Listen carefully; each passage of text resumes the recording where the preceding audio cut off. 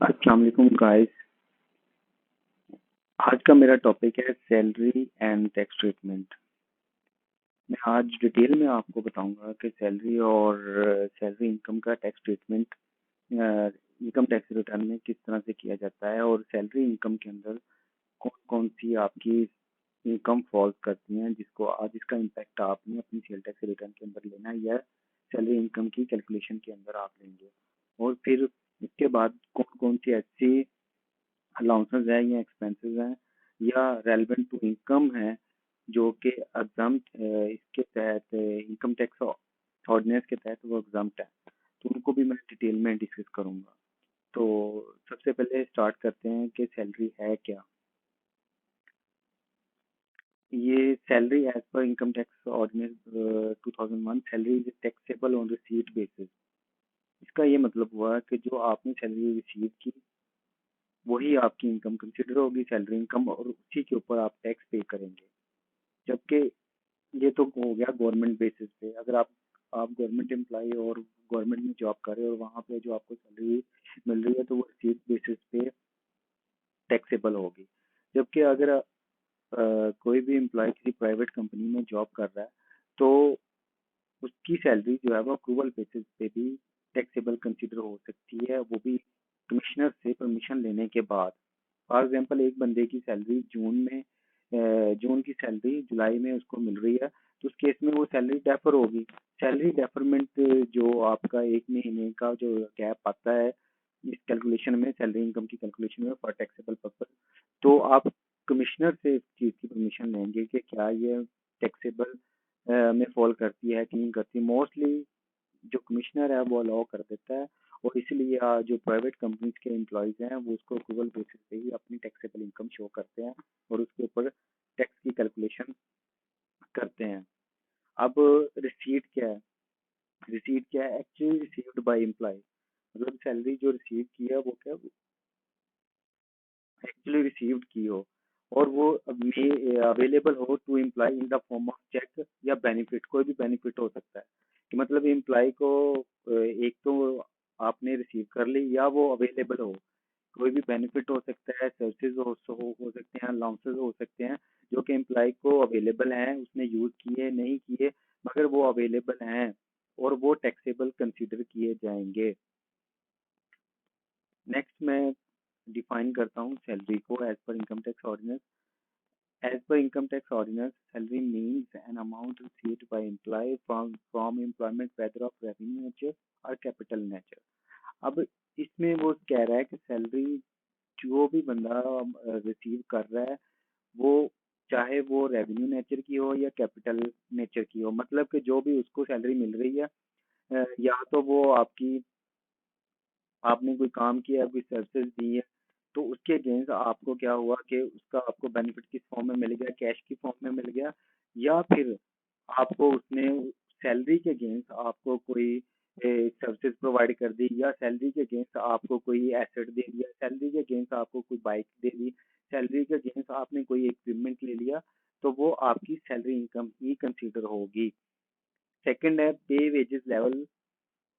पे, wages, leave pay, leave encashment, overtime, bonus, commission, fee, gratuity, ये तमाम की तमाम सैलरी इनकम में फॉल करती हैं। मतलब एक एम्प्लॉय लीव एनकैशमेंट ले रहा है या ओवर टाइम लगा रहा है, बोनस मिल रहे हैं, कमीशन मिल रहा है उसको काम के दौरान, या ग्रेजुटी मिल रही है, तो वो सैलरी का पार्ट होगा और वो टैक्सेबल होगा। इसी तरह परक्विजिट या एनी अदर बेनिफिट जो है अदर देन सैलरी है, जो कि एम्प्लॉय ने अपने एक्सपेंडिचर इंकर्ड किए हैं और उसको जो है उसकी कंपनी ने उसको वापस कर दिए हैं, और वो जो एक्सपेंस इंकर हुए हैं वो है ऑफिस पर्पज के लिए, मतलब अपनी ड्यूटी के दौरान उसने कोई खर्चे किए हैं और उसको वो रिइम्बर्स हो गए हैं, तो वो भी आपकी सैलरी इनकम ही कंसिडर होगी। और इसी तरह अलाउंसेज इंक्लूडेड, सैलरी के अंदर कौन से अलाउंसेज आपके जो है वो आपकी टैक्सेबल कंसिडर किए जाएंगे। कॉस्ट ऑफ लिविंग प्रोवाइड कर रहा है जिसमें अकोमोडेशन है, रेंट है, यूटिलिटीज है, एजुकेशन है, इंटरटेनमेंट है या ट्रैवल अलाउंस, ये तमाम के तमाम आपकी सैलरी का पार्ट है।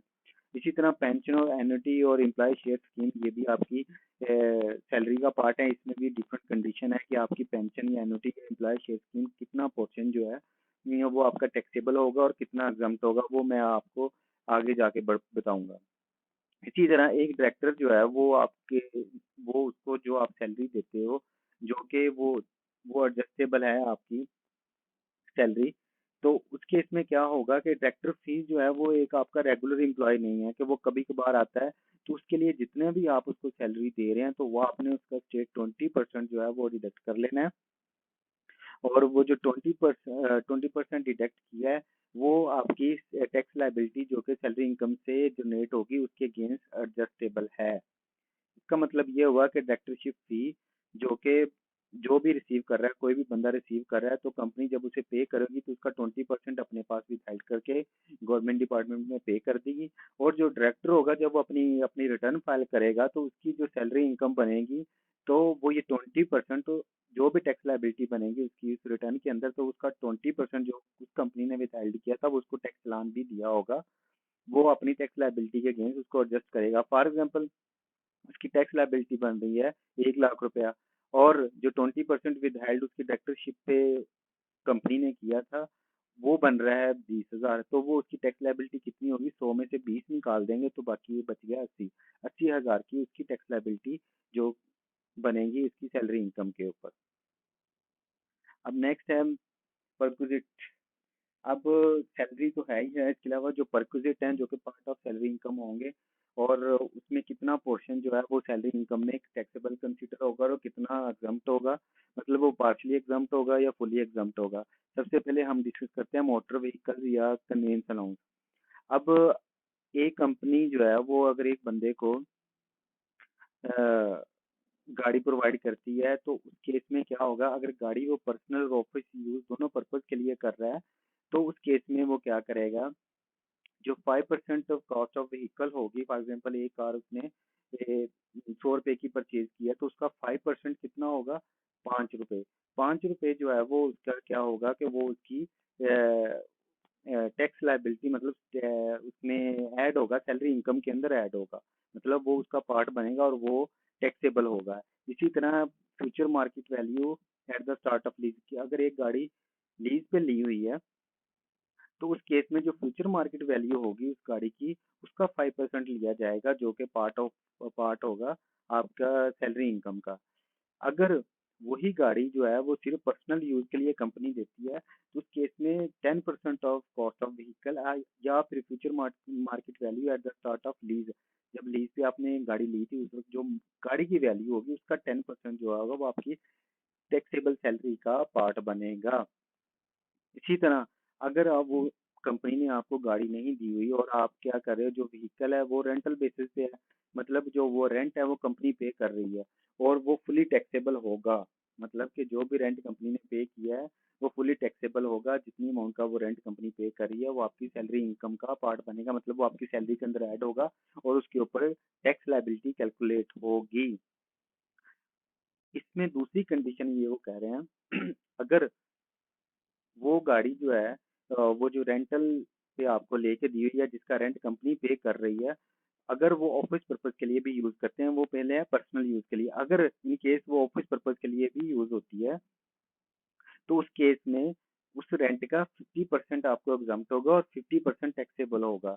अब ये होगा कि अगर आप वो रेंट आपका डेली बेसिस पे 100 रुपया आप गाड़ी का दे रहे हैं जो कि आपको लेके जा रही है लेके आ रही है, और ऑफिस पर्पज के लिए और घर यूज यूज के लिए जो भी आपका उसका यूजेज है उसका डेली का रेंट 100 रुपया है, तो उस केस में 50 रुपये आपके टैक्सेबल होंगे और 50 रुपये एग्जम्प्ट होंगे। इसका मतलब है कि 50 रुपये आपकी सैलरी इनकम के अंदर ऐड होंगे। नेक्स्ट आ जाता है मोटर व्हीकल या इसके बाद आ जाता है कन्वेंस अलाउंस। कन्वेंस अलाउंस जो है वो फुली टैक्सेबल है, कंपनी जो भी आपको कन्वेंस अलाउंस दे रही है वो आपकी सैलरी का पार्ट बनेगा और वो टैक्सेबल होगा। इसी तरह नेक्स्ट पॉइंट है कि अगर कंपनी आपको हाउसकीपर की सर्विसेज, ड्राइवर्स की प्लस यूटिलिटीज या एनी ओब्लिगेशन के जो आपकी ऐसी लाइबिलिटी जो कि कंपनी ने वेव कर दी है, मगर वो टैक्स डिपार्टमेंट कहता है, हमारा एफबीआर कहता है, हमारा इनकम टैक्स ऑर्डिनेंस कहता है वो टैक्सेबल है, फुली टैक्सेबल है, उसमें कोई एग्जम्पशन नहीं है, चाहे वो कंपनी आपको सारी की सारी सर्विसेज प्रोवाइड कर रहे हैं और जो भी उसकी सर्विसेज की कॉस्ट है जो कंपनी बेयर कर रही है वो आपकी सैलरी इनकम का पार्ट बनेगा और वो टैक्सेबल होगा। इसी तरह आपकी कोई ऑब्लिगेशन बनती है और कंपनी ने पे कर दिया उस बंदे को, मतलब थर्ड पर्सन है, उसको पे कर दिया आपकी कंपनी ने, उस केस में वो भी आपकी सैलरी इनकम ही कंसीडर होगी और वो आपका टैक्सेबल होगा और वो सैलरी और वो टैक्स लायबिलिटी का पार्ट बनेगा कैलकुलेशन के दौरान। नेक्स्ट परक्विजिट है हाउसिंग और अकोमोडेशन अलाउंस। अब कंपनीज अपने एम्प्लॉयज को हाउसिंग या अकोमोडेशन अलाउंस भी प्रोवाइड करती है। उस केस में उसकी हम ट्रीटमेंट क्या करेंगे? Value of accommodation equal to amount paid by employer and value shall not be less than 45% of time scale और बेसिक सैलरी। अब वो फर्स्ट पॉइंट में ये कह रहे हैं कि अगर आपको जो भी आपको वैल्यू ऑफ अकोमोडेशन वो जो दे रहे हैं, जो एम्प्लॉयर पे कर रहा है, उस केस में क्या होना है कि वो वैल्यू जो है वो less than 45% of basic salary से कम ना हो। इसका मतलब है कि फॉर एग्जांपल अगर आपकी सैलरी बन रही है 3 लाख, ठीक है, तो आप 3 लाख नहीं 1 लाख कह लें, आपकी सैलरी बन रही है 1 लाख, कंपनी आपको 50% जो है वो अकोमोडेशन अलाउंस दे रही है और अगर सैलरी का 45% लें तो वो 45,000 बनता है। तो इस केस में 50,000 जो है वो आपकी वैल्यू ऑफ अलाउंस होगा और वो टैक्सेबल होगा, ना कि 45,000। इसी तरह house rent allowance fully taxable है। Commuted value of accommodation equal to amount paid by employer वो 45% होगी या इससे अबव होगी, इससे कम नहीं होगी। हाउस रेंट अलाउंस जो भी कंपनी प्रोवाइड करी है वो आपकी सैलरी का पार्ट होगा और वो टैक्सेबल होगा। अगर इन केस कंपनी अपने एम्प्लॉयज को मुफासल एरियाज में आपको भेज देती है कि आप जो आपकी ड्यूटी है जो आपने परफॉर्म करनी है, फॉर एग्जांपल आपकी अपॉइंटमेंट हुई है लाहौर में, आप चले गए हो कोयटा कंपनी के काम के लिए, तो उस केस में जो जो भी आपकी अकोमोडेशन प्रोवाइड की गई है तो वो क्या होगी, 30% जो आपकी बेसिक सैलरी का होगा वो टैक्सेबल होगा। इसी तरह fair market rent of accommodation और 45% ऑफ बेसिक जो आपकी सैलरी जो भी हायर होगा वो टैक्सेबल होगा। इस केस में क्या है, fair market rent of accommodation, अगर कंपनी आपको रेंट नहीं दे रही, उस केस में क्या आपने कैलकुलेट करना है कि घर दे दिया आपको मगर आपको नहीं पता कि रेंट क्या है, क्या जो भी है वो कंपनी का प्रोवाइड किया हुआ घर है, तो उस केस में आपने क्या करना है कि उस अकोमोडेशन का फेयर मार्केट वैल्यू रेंट आपको पता होगा, मार्केट से पता चल जाता है कि अगर ये घर रेंट पे लिया जाए तो इसका क्या रेंट होगा, उसकी value fair market value of rent या फिर 45% बेसिक सैलरी जो भी ज्यादा होगा वो आपकी सैलरी का पार्ट बनेगा और उसके ऊपर टैक्स लायबिलिटी कैलकुलेट होगी। नेक्स्ट परक्विजिट्स है loan obtained by employee interest free are less than benchmark rate 10%, the difference between both shall be included in taxable salary। अब एक एम्प्लॉय लोन लेता है अपनी कंपनी से जो कि इंटरेस्ट फ्री है, तो उस केस में वो क्या करेगा कि जो आपका बेंचमार्क रेट है कैप बिहार ने सेट कर दिया है, वो कह रहे हैं कि उसका जो आपका लोन का 10% होगा वो आपका टैक्सेबल सैलरी में शामिल होगा। और उस केस में वो कह रहे हैं कि अगर इंटरेस्ट फ्री है तो आपने 10% बेंचमार्क कर 10% जो अपनी सैलरी का वो आपने सैलरी इनकम के अंदर डालना है। अगर इंटरेस्ट फ्री फ्री नहीं है और वो लेस देन 10% है तो उस केस में जो फर्क होगा 10% का और जो इंटरेस्ट आपने कैलकुलेट जो कंपनी ने एलोकेट किया, फॉर एग्जाम्पल कंपनी करती है 8% और बेंचमार्क रेट है 10%, तो इन दोनों का जो डिफरेंस होगा वो आपका टैक्सेबल सैलरी में इंक्लूड होगा।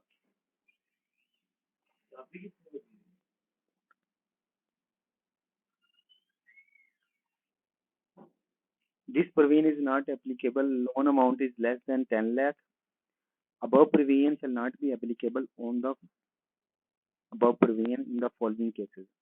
अगर लोन की अमाउंट 10 लाख से कम हो तब वो एप्लीकेबल नहीं है। अगर benefit extended by employer due to waiver of interest by such employ on his account, अगर बेनिफिट जो भी उसने लिए हुए हैं वो एम्प्लॉयर क्या करता है वो वेव कर देता है, तो उस केस में भी तो वो टैक्सेबल नहीं होगा। Your loan utilized to generate taxable income, then interest expense allowed at benchmark rate instead of actual interest paid by him, loan utilized to generate taxable income। अगर एक बंदा कंपनी से लोन लेता है और उसके ऊपर जो है वो उसको कहीं इन्वेस्ट कर देता है, तो उस केस में क्या होगा, उसके ऊपर जो भी उसकी इनकम वो जनरेट कर रहा होगा, तो फिर उनकी उसको बेस बना के करना पड़ेगा कि बेंच में मार्क रेट के केस में वो इंटरेस्ट क्या है और एक्चुअल इंटरेस्ट जो है वो पे कर रहा है वो क्या है। उस केस में जो है वो उनका जो फर्क होगा वो लिया जाएगा इसकी टैक्सेबल इनकम के अंदर। आगे नेक्स्ट हमारा है जो profit in लिeu of salary. Profit in लिeu of salary मतलब वो ऐसे प्रॉफिट जो कि सैलरी से ही आपको सैलरी इनकम से ही रिलेट करते हैं और आपकी सर्विस के दौरान ही उससे आपने अर्न किए हैं, वो उनको कहते हैं प्रॉफिट इन लिeu ऑफ सैलरी। इस केस में है प्रोविडेंट फंड है। प्रोविडेंट फंड में आपको मैं डिटेल में आगे आपको एक्सप्लेन करूंगा कि वो फंडेड या नॉन फंडेड के केस में कितने परसेंट वो एग्जाम्प्ट है और कितने परसेंट पार्शली एग्जाम्प्ट है, वो मैं आपको अगली स्लाइड में डिटेल में बताऊंगा। नंबर 2 है टर्मिनेशन कंपनसेशन या फिर golden handshake. In case company जो है अपने एम्प्लॉय को कंपनसेट करती है या वो डाउन साइजिंग में जाती है, कंपनी वाइंडिंग अप हो जाती है, तो उस केस में वो अपने एम्प्लॉयज को कुछ ना कुछ कंपनसेशन देती है या गोल्डन हैंडशेक देती है। अब इस केस में उसकी जो टैक्सेबल इनकम है वो किस तरह से कैलकुलेट करते हैं। उस केस में क्या होता है कि लास्ट 3 इयर्स टैक्स लायबिलिटी की कैलकुलेट की जाती है, प्लस की जाती है और उसको डिवाइड कर दिया जाता है लास्ट 3 इयर्स टैक्सेबल इनकम से और उसको मल्टीप्लाई कर देते हैं वैल्यू ऑफ कंपनसेशन से। इससे जो भी वैल्यू निकलेगी वो आपकी टैक्सेबल सैलरी का पार्ट बनेगा। नेक्स्ट है कि asset given for use only then depreciation charge by employer is taxable benefit. अगर एक कंपनी अपने एम्प्लॉय को एसी दे देती है यूजेज के लिए और उसके ऊपर जो भी डेप्रिसिएशन होगी वो उसकी सैलरी इनकम के अंदर ऐड होगी, मतलब कि वो की एसी की कॉस्ट ऐड नहीं होगी, जो डेप्रिसिएशन उसके ऊपर बन रही है वो उसकी सैलरी इनकम का पार्ट बनेगी। नेक्स्ट है lunch allowance is taxable while coffee tea during office hours at office premises is not taxable benefit। अगर कंपनी अपने एम्प्लॉय को लंच अलाउंस दे रही है और वो उसके सैलरी का पार्ट होगी, जबकि चाय या कॉफी जो ड्यूरिंग वर्किंग आवर्स जो भी एम्प्लॉय को इंटरटेन करने के लिए दी जाती है वो टैक्सेबल बेनिफिट नहीं है, उसके ऊपर कोई टैक्स नहीं है। नेक्स्ट आ जाती है एग्जाम्पशन। अब इसमें मैं डिटेल में एक्सप्लेन करूंगा कि कौन कौन से ऐसी प्रॉफिट इन लिeu ऑफ सैलरी है या परक्विजिट्स हैं जो कि सैलरी इनकम का पार्ट नहीं बनती, मतलब उनके ऊपर कोई टैक्स नहीं है, आपने उसको सैलरी का पार्ट नहीं बनाना, मतलब इससे आपकी टैक्स लायबिलिटी रिड्यूस हो जाएगी। बाज़ लोग क्या करते हैं कि वो एग्जम्पशन का उनकी ट्रीटमेंट का पता नहीं होता, वो उन हेड्स को भी सैलरी का पार्ट बना लेते हैं और उसके ऊपर हायर टैक्स पे कर देते हैं। अब मैं आपको वन बाय वन इसकी डिटेल में बताऊंगा कि आपने कि इन एग्जाम्पशन की ट्रीटमेंट क्या है। फर्स्ट है पेंशन। पेंशन जो है वो फुली एग्जाम्प्ट है। इसमें भी उन्होंने कहा है कि दो कंडीशन है जिन केसेस में ये एग्जाम्पशन नहीं हो जाती, मतलब एग्जाम्पशन नहीं होती। उसमें आफ्टर रिटायरमेंट एम्प्लॉय, अगर रिटायरमेंट के बाद एम्प्लॉय उसी एम्प्लॉय के बाद दोबारा अपनी सर्विस शुरू कर दे तो उस केस में पेंशन टैक्सेबल होगी। मतलब एक बंदा एक कंपनी में जॉब कर रहा है तो वो रिटायर हो गया, रिटायरमेंट के बाद कंपनी ने दोबारा उसे ऑफर कर दी कि आप रीजॉइन कर लें, तो उस केस में उसकी पेंशन टैक्सेबल होगी। नेक्स्ट है, अगर एक बंदा दो से ज्यादा पेंशन रिसीव कर रहा हो तो उस केस में जो हायर अमाउंट ऑफ पेंशन होगी वो टैक्सेबल होगी। नेक्स्ट है बब टू कंडीशन जो है ये इनसे भी एग्जम्पशन है।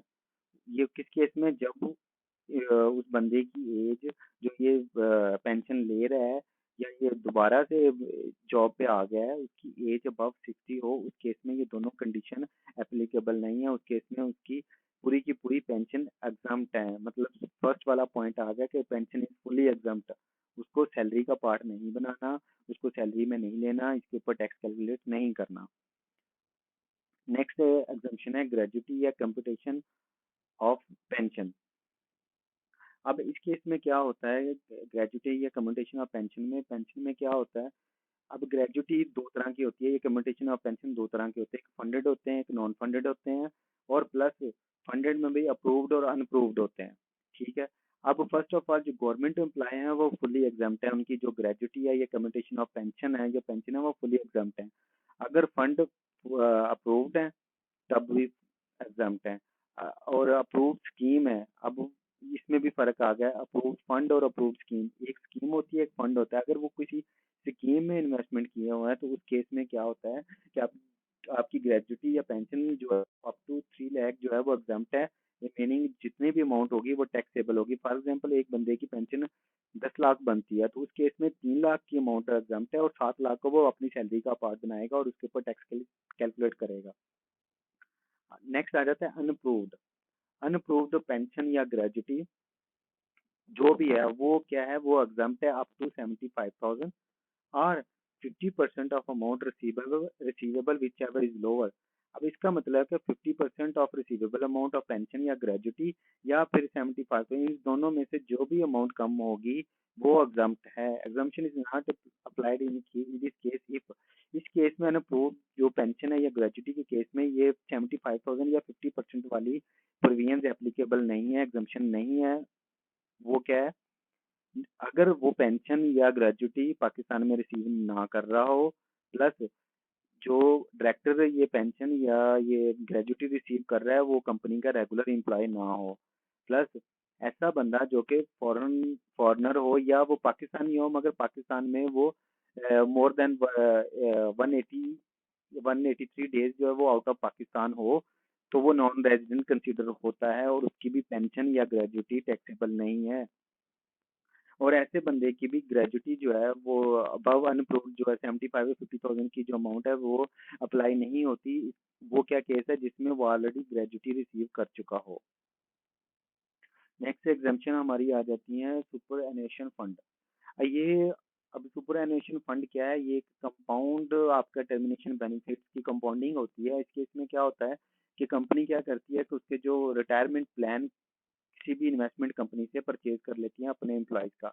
अब वो क्या करता है, कंपाउंडिंग होती जाती है कि मंथली एनुअली उसके बेनिफिट इंक्रीज होते जाते हैं और जिससे क्या होता है उसके ऊपर जो भी इंटरेस्ट होता है वो फर्दर उसके फंड्स के अंदर ऐड होता है और प्लस वो इसी तरह ग्रो करता जाता है अंटिल के उसकी रिटायरमेंट का टाइम आ जाए।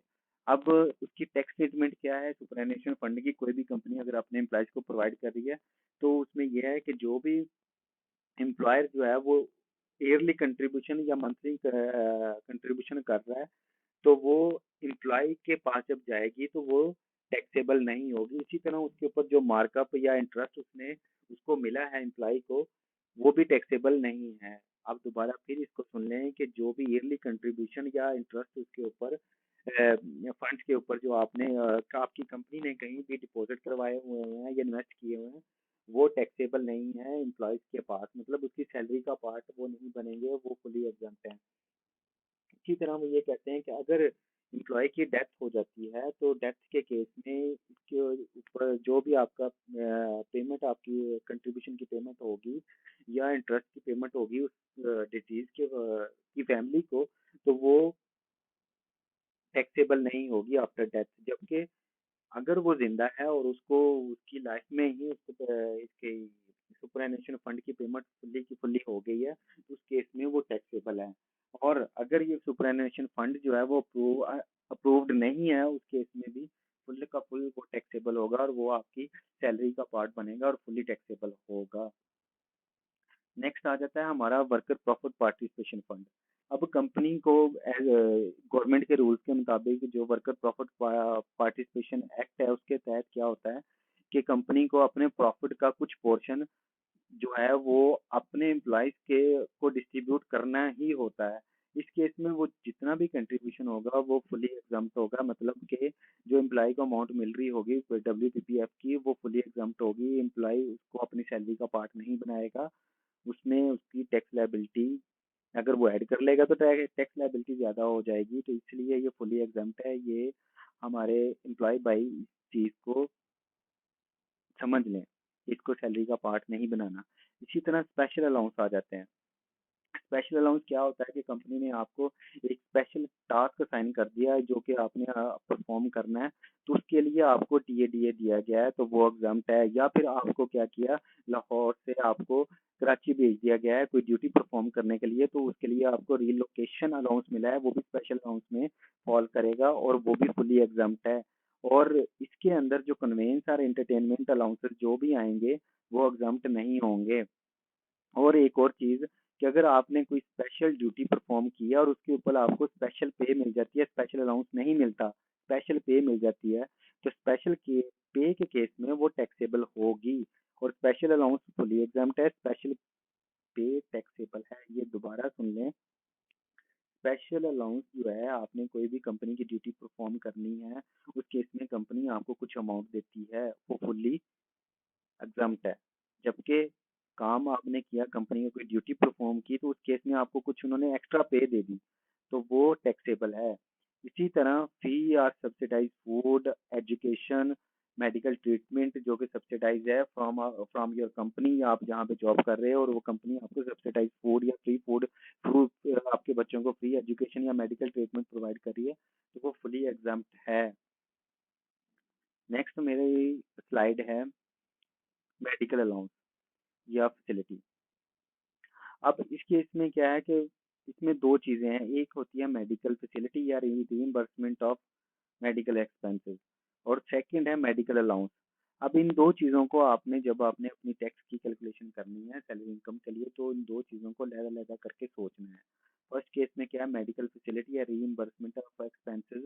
आपकी कंपनी ने आपकी मेडिकल इंश्योरेंस करवाई हुई है, आपको मेडिकल फैसिलिटी प्रोवाइड कर रही है, और जो भी आपने खर्चे किए हैं और सारा जो भी आपके मेडिकल एक्सपेंसेस आए हैं, तो वो कंपनी आपको रीइंबर्स करेगी। वो सारे के सारे खर्चे एग्जम्प्ट हैं, मतलब कि उनके ऊपर टैक्स लायबिलिटी नहीं कैलकुलेट होगी, वो आपकी सैलरी का पार्ट नहीं बनेगा, अगर वो as per terms of employment हैं, जो भी आपका कंपनी के साथ एग्रीमेंट हुआ उसके मुताबिक हैं। और इस केस में जिस डॉक्टर से आपने अपना ट्रीटमेंट करवाया है उसका एनटीएन नंबर और आपको इनवाइसेस जो है वो सारी की सारी विद एनटीएन नंबर प्रोवाइड आपको करनी पड़ेंगी, तब आपका ये मेडिकल फैसिलिटी या रीइंबर्समेंट ऑफ एक्सपेंसेस क्या होंगे, एग्जम्प्ट होंगे। सेकंड आ जाता है मेडिकल अलाउंस। मेडिकल अलाउंस जो है वो आपको 10% ऑफ बेसिक सैलरी एग्जम्प्ट है, ठीक है। इट इज फुली टैक्सेबल, और ये फुली टैक्सेबल किस केस में होगा, जब आपको कंपनी जो है मेडिकल फैसिलिटी भी प्रोवाइड करी कर रही है as per terms of employment. इसका मतलब है कि दो चीजें सेम टाइम में आपकी सैलरी को हिट कर रही हैं, तो इस केस में क्या होगा, जो मेडिकल फैसिलिटी है वो as per terms of employment fully exempt होगी, जबकि आपकी जो है मेडिकल अलाउंस है वो टैक्सेबल होगा, वो सैलरी का पार्ट बनेगा और आपने उसके ऊपर टैक्स कैलकुलेशन करनी है। नेक्स्ट स्लाइड आ जाती है प्रोविडेंट फंड और इसकी ट्रीटमेंट क्या है। अब गवर्नमेंट ने ये स्ट्रिक्ट एक्शन लेना शुरू कर दिया है कि हर कंपनी अपने एम्प्लॉयज को प्रोविडेंट फंड दे और उसकी कैलकुलेशन करे, और फाइनेंशियल स्टेटमेंट जो भी बनती हैं एज पर एससीसीपी उसके या एज पर एफबीआर, उसमें ये चीज़ चेक की जाती है कि क्या कंपनी प्रोविडेंट फंड की प्रोविजन जनरेट कर रही है या अपने एम्प्लॉयज को पे कर रही है। तो उस केस में आपकी इसकी प्रोविडेंट फंड की क्या ट्रीटमेंट होगी अगर कंपनी आपको पे कर देती है। अब इस केस में तीन तरह के हमने कैटेगराइज किए हैं प्रोविडेंट फंड की टाइप। फर्स्ट है गवर्नमेंट प्रोविडेंट फंड, सेकंड है रिकॉग्नाइज्ड प्रोविडेंट फंड, थर्ड है अनरिकॉग्नाइज्ड प्रोविडेंट फंड। अब इसमें चार तरह के इवेंट मैंने मेंशन किए हैं इस टेबल के अंदर। फर्स्ट है एम्प्लॉयज कंट्रीब्यूशन। अगर कोई एम्प्लॉयज कंट्रीब्यूशन कर रहा है गवर्नमेंट के केस में, तो उस केस में आपकी कोई ट्रीटमेंट नहीं है, टैक्स ट्रीटमेंट कोई नहीं है, मतलब ये इसको आपने इसका अपनी सैलरी का पार्ट नहीं बनाना। अगर रिकॉग्नाइज्ड प्रोविडेंट फंड है और एम्प्लॉय खुद पे कर रहा है, मतलब अगर आप किसी कंपनी के एम्प्लॉय हो या आप गवर्नमेंट एम्प्लॉय हो, आप अपना प्रोविडेंट फंड खुद पे कर रहे हो, तो उस केस में कहीं भी कोई ट्रीटमेंट नहीं है, टैक्स की कोई ट्रीटमेंट नहीं है कि आपने उसको अपनी टैक्सेबल सैलरी के अंदर नहीं लेना, मतलब कि चाहे वो आपका गवर्नमेंट प्रोविडेंट फंड हो या रिकॉग्नाइज्ड प्रोविडेंट फंड हो या अनरिकॉग्नाइज्ड प्रोविडेंट फंड हो, there is no treatment of employees contribution in that case. Next है एम्प्लॉयर कंट्रीब्यूशन। अगर आपका एम्प्लॉयर कंट्रीब्यूट कर रहा है, तो उस केस में क्या होगा, अगर गवर्नमेंट प्रोविडेंट फंड है तो उस केस में वो फुली एग्जाम्प्ट है, मतलब उसको आप अपनी सैलरी का पार्ट नहीं बनाएंगे।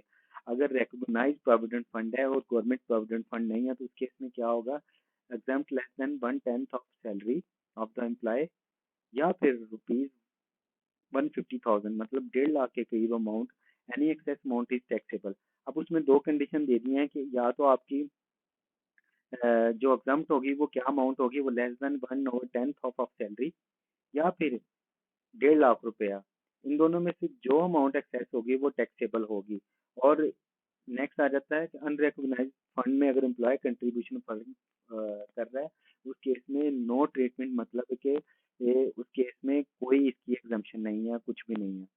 नेक्स्ट आ जाता है interest credited during the year. अब प्रोविडेंट फंड के ऊपर आपकी कंपनी ने अगर कहीं उसको इन्वेस्ट कर दिया है तो उसके ऊपर जो इंटरेस्ट आपको ड्यूरिंग द ईयर मिलेगा, तो उस केस में उसकी टैक्स स्टेटमेंट क्या है, जो मार्कअप या इंटरेस्ट आपको उसके ऊपर मिल रहा है या प्रॉफिट उसके ऊपर मिल रहा है, तो उस केस में गवर्नमेंट प्रोविडेंट फंड में फुली एग्जाम्प्ट है। जो भी आपको इंटरेस्ट आपके अकाउंट में आएगा, जो पैसे आएंगे उसके ऊपर वो एग्जाम्प्ट होंगे।